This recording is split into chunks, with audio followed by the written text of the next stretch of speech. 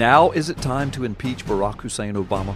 It seems that in the last 2 short years, we continually move from one constitutional assault to another, from one constitutional crisis to another.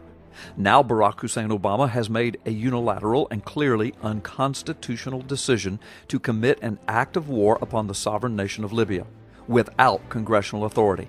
He sent a letter on March 21st to congressional leaders explaining that he was acting on behalf of not the U.S. Constitution, but on behalf of United Nations sanctions, on behalf of the international community. Let me show you how serious this matter is. In December 2007, the Boston Globe asked then presidential candidate Barack Hussein Obama this question: in what circumstances, if any, would the president have constitutional authority to bomb Iran without seeking a use of force authorization from Congress? Here is how Barack Obama responded. Quote, "The president does not have power under the Constitution to unilaterally authorize a military attack in a situation that does not involve stopping an actual or imminent threat to our nation." End quote. According to Obama's own standard and his own words and his correct interpretation of the Constitution in that case, then he violated the Constitution when he ordered a military attack against Libya, and he violated it knowingly. When Obama announced the U.S. airstrikes against Libya on Saturday, he sought his legal refuge by saying, quote, "The writ of the international community must be enforced," end quote. That is unconstitutional nonsense. It's impossible for Congress to take its war powers and give them to the United Nations. Have you noticed that as the situation in the Arab world continues to unfold, virtually all of the Obama administration's policies and stances have been in support of the Muslim Brotherhood?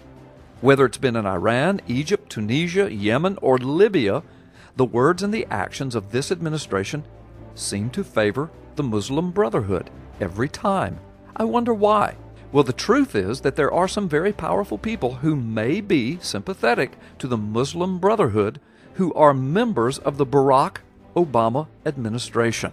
They include, but they're not limited to, Rashad Hussain, Obama's envoy to the Organization of Islamic Conference. There are also 2 other Muslim men who hold high-ranking positions inside the Department of Homeland Security, Karim Shora and Arif Alakan. Shora is the National Executive Director and member of the Homeland Security Advisory Council, and Alakan is the Assistant Secretary for Policy Development. So here we are. We have no identifying records on Barack Obama. Now even Donald Trump and Chris Matthews are calling for his birth records. He refuses to enforce federal laws like Defense of Marriage Act. He refuses to defend and secure our borders and then sues the state of Arizona when they do attempt to secure our borders under existing federal law. He unconstitutionally attempted to co-opt 18% of the American economy through Obamacare.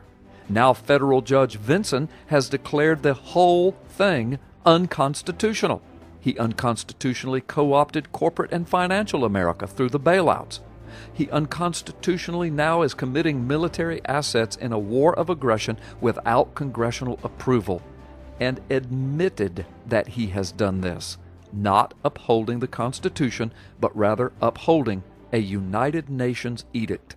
And on top of all of this, now we have irrefutable evidence of Barack Hussein Obama's sympathetic support of the Muslim Brotherhood against our interests and against Israel's interests in the Middle East. One constitutional crisis after another. Now is it time to impeach Barack Hussein Obama?